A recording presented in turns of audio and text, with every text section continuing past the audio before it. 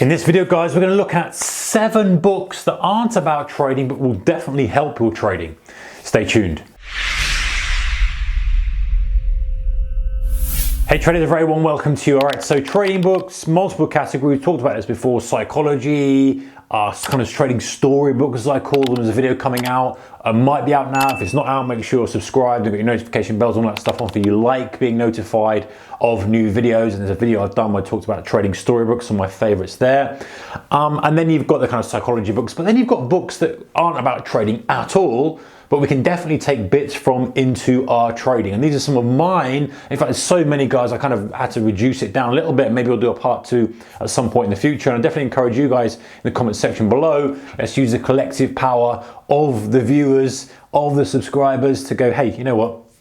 This is a really good book. It really helped my trading. Or, and by the way, it doesn't have to be anything that's to do with trading. None of these are to do with trading. But sometimes just a chapter in it, you go, you know what? There is such a parallel between that and my actual trading. I'm going to use that and it's helped you move forward. Ultimately, guys, you know, any of these books or all of the books, generally, I think you're very rare you get a book that you absolutely hate. Every now and then I get one. I think that was a complete waste of time. Sometimes I just get through like the first few chapters and I give it a little bit more. I think, you know what, I've given it all a chance. It's out of here. But anyway, we're talking about books that really help you in life and have that knock-on effect to improve your trading. So the first one for me is The Chimp Paradox, one of my all-time favorite books.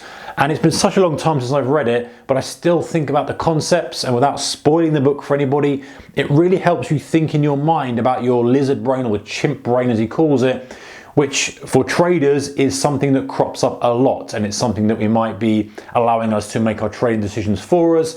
The FOMO, or the risk management, not sticking to rules. Again, read that book and it starts to become a little bit clearer how your mind processes certain things and why it's so important to kind of think and understand why you're making the decisions you are. And one thing as well, guys, it helps you not beat yourself up so much, should I say, when you're making decisions that you think are breaking your rules. Because very often we think about what we're doing, we kind of, oh, what did I do? Why did I do this? Why did I do that? Why did I stick to the rule? Why did I break this rule? Why did I chase that trade? Why did I buy when I said I wasn't going to buy? Why did I overtrade? Why did I take too much risk? All those things. And actually, when you read this book, you start to think, I understand it. That's normal. I just need to put some steps into place to understand why my chimp is reacting the way it is. So definitely recommend that one. Number 2, Predictably Irrational. And by the way, guys, authors, go and check them out. You can put them in Amazon, you'll be able to see exactly whose these are, who wrote these books. Predictably Irrational, great book, again, about your decision-making process.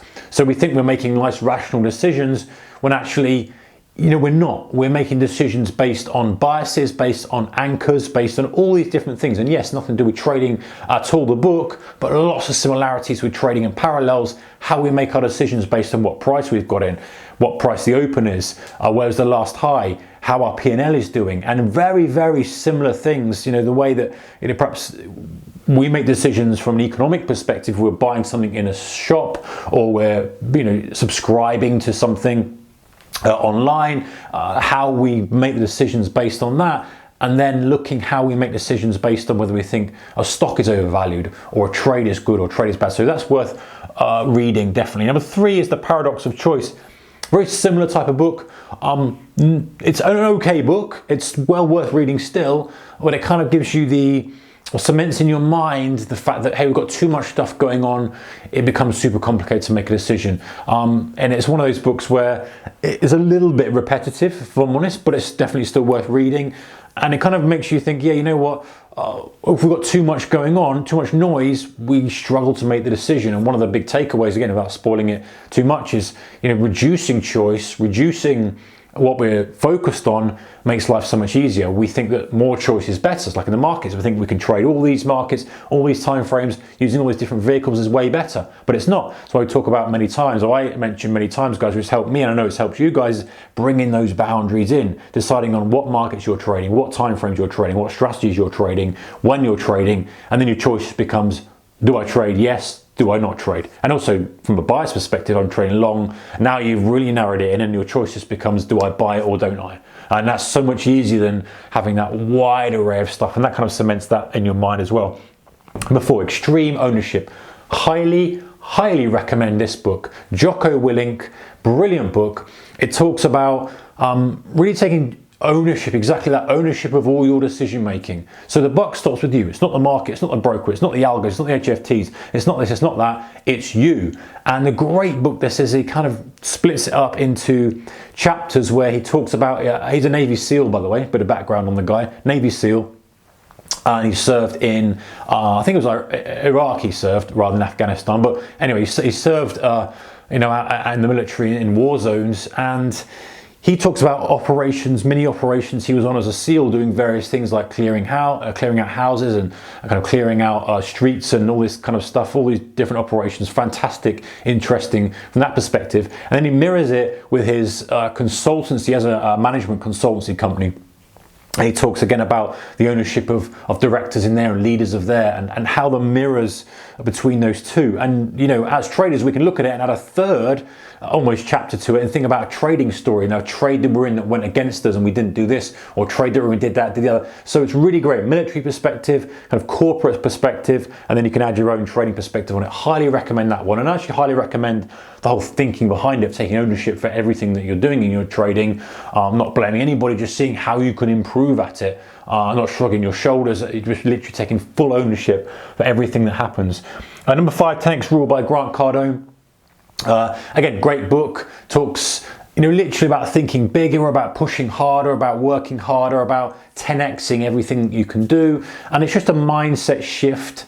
You might not kind of resonate with the way he says things, it's very unique, but it may make you think a little bit bigger about things, may make you think, you know, much more is possible than it is, and just shift your way of thinking and focus and determination. So that's worth checking out. Number 6, Blink, Malcolm Gladwell. Fantastic book, talks again about decision making, and a bit of a theme here, guys. And you know, when we're making decisions very, very quickly, he breaks down some of the kind of examples. You know, one of the great examples in there, again, no spoilers here.